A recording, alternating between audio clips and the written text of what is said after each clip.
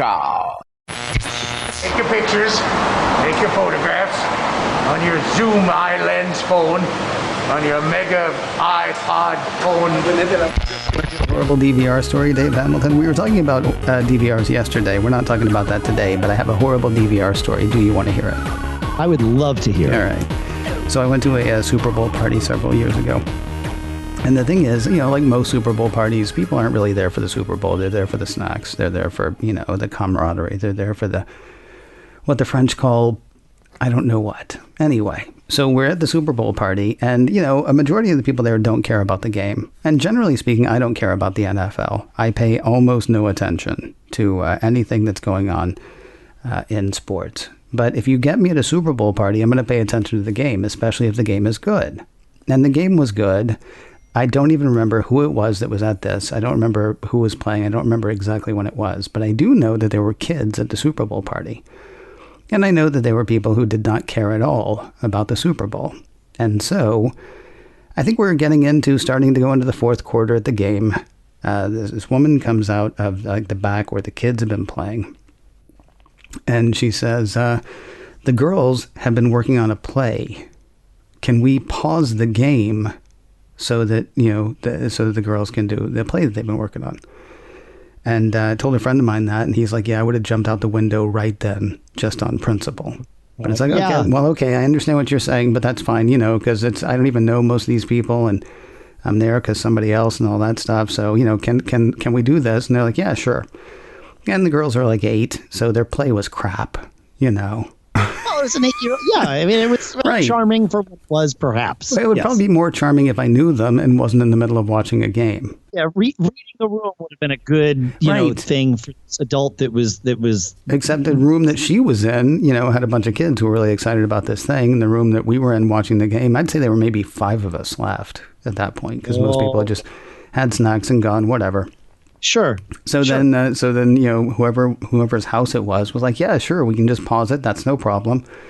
And the girls do their play, and it goes on, forever. And that part's important, by the way. I'm not just saying it goes on forever because I want to watch the game. I'm saying that part's important because it turns out the DVR was full. So when they unpause the game, suddenly we're down to 2 minutes left, and we've missed like a safety, and we've missed a touchdown, and yeah, that's why I say store all of it in the cloud and let me push play when I want to. Darn it. Yeah, that's terrible. I'm sorry to do that. I mean, okay. In the grand scheme of things, certainly with what we've experienced since you had to go through that particular minor ordeal, it became even more minor, but still in the moment that sucks. Yeah, it was kind of a drag at the time. That kid, by the way, is probably an adult now. That's how long ago this was. So, and used to be a listener to this show until about 98 seconds ago. No, she's probably like, oh wow, I did that one time. Oh. Yeah. Okay, so it was 74 seconds ago that she stopped being a listener to the show. Maybe so. Because there needed to be that moment of realization. So I think I said at the beginning of the show that Dave Hamilton is with us today, but if I did not, let me say Dave Hamilton is with us today.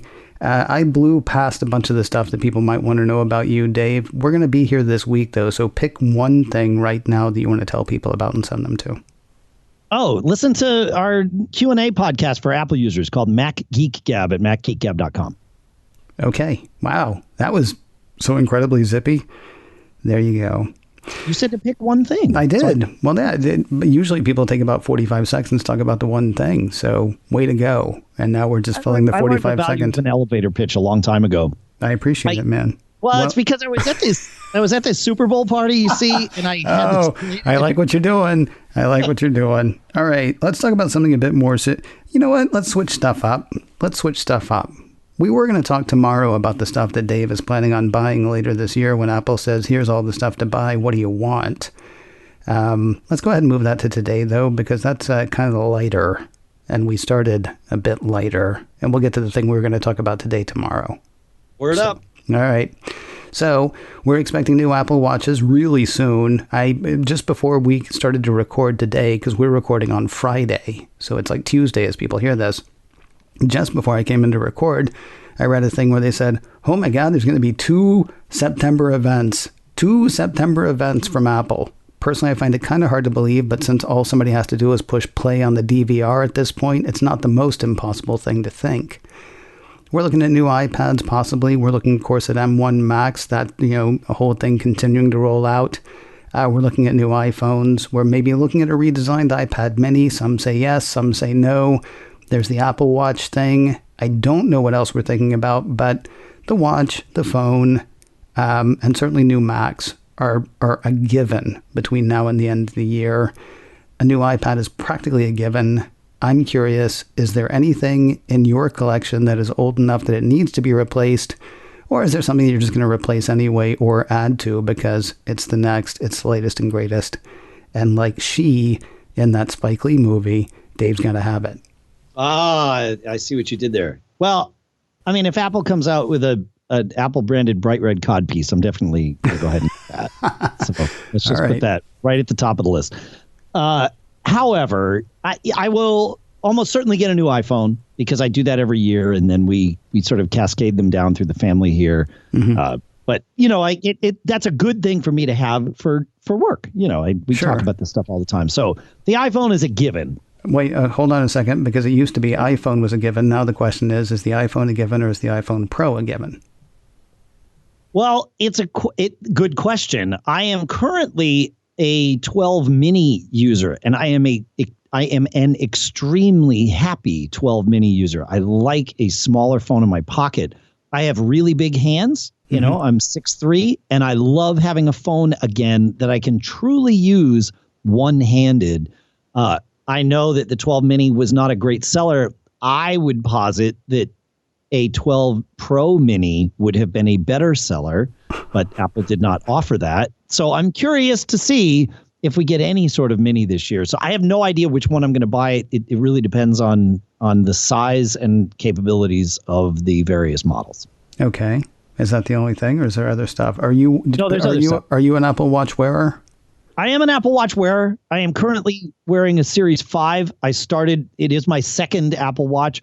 I started with a Series 0, as I suppose we call it, an OG Apple Watch on, original launch day.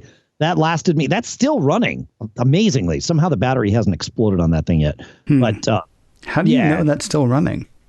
Because it still sits and runs. I put it on occasionally. Really? Wow, just to see if it still works?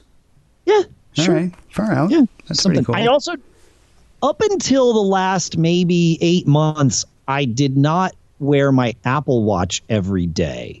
I have always been a watch guy, and I have lots of different watches that I enjoy wearing.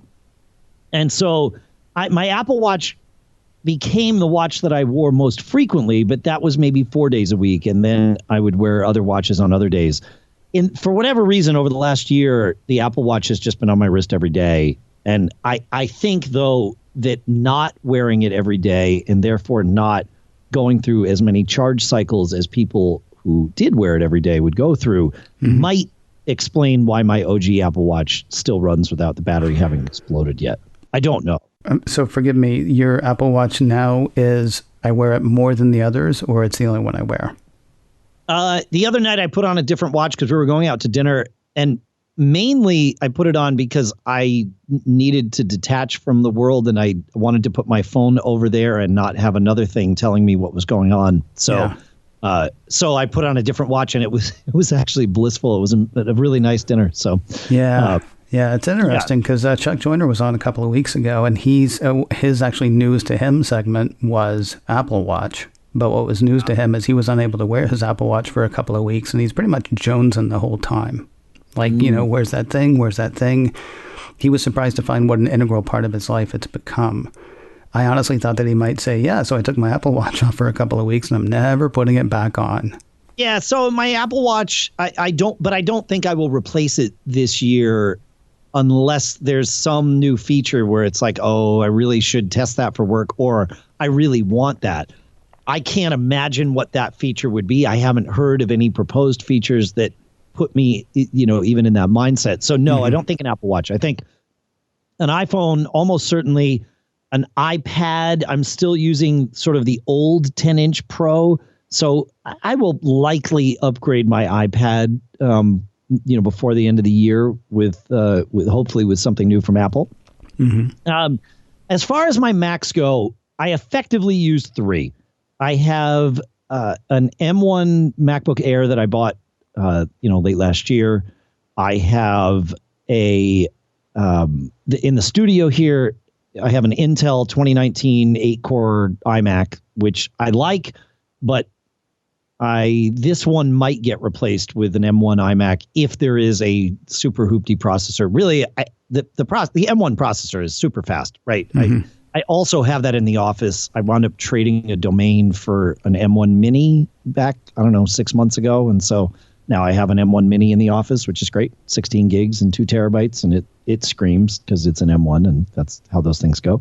Right. In the studio doing the podcast, I don't like it when the fan runs. So if they do happen to come out with a 27-inch or larger iMac that has Apple Silicon in it, I would buy that. And I honestly would buy it with an M1 chip. I mean, that M1 chip is super fast. I know that they will come out with something faster, and that's awesome. But I just am not quite understanding of why I need that. But that's probably what I would buy if that were to come out. I don't think I'd replace my laptop. That M1 Air is, quite frankly, the best Apple laptop, certainly that I've had in a decade and maybe forever. I really like that thing. Yeah, So. I had said earlier this year that I was going to replace my computer, my MacBook Pro, with an M1 something later this year, assuming that they're going to have moved on a tiny bit from where they are currently. And it wasn't so much that I needed to, it was that,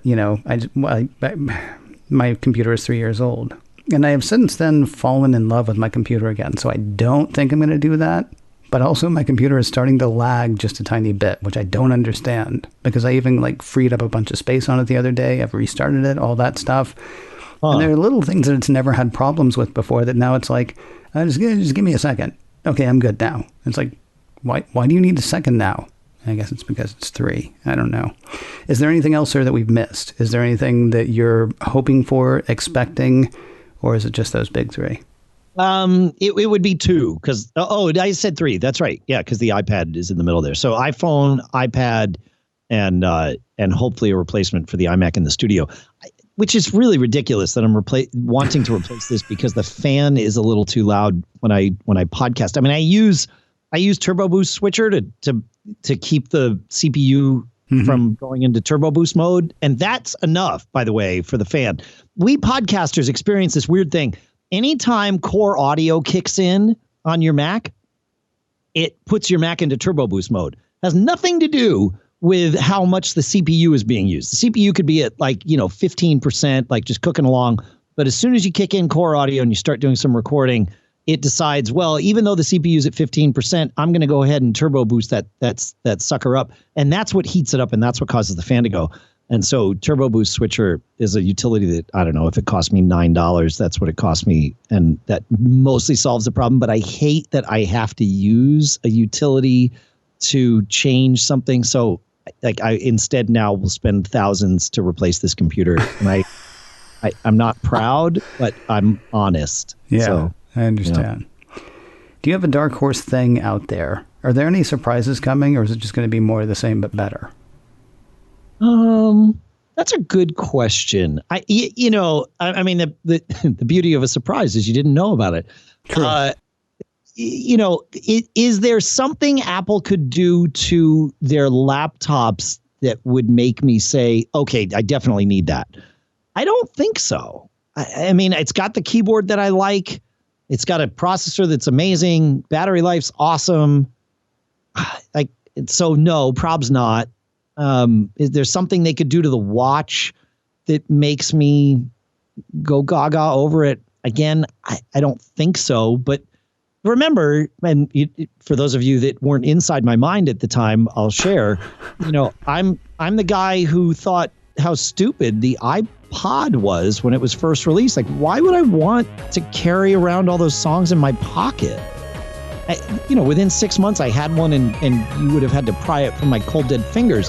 But at the time, I thought it was stupid. So, I don't know what I'll like.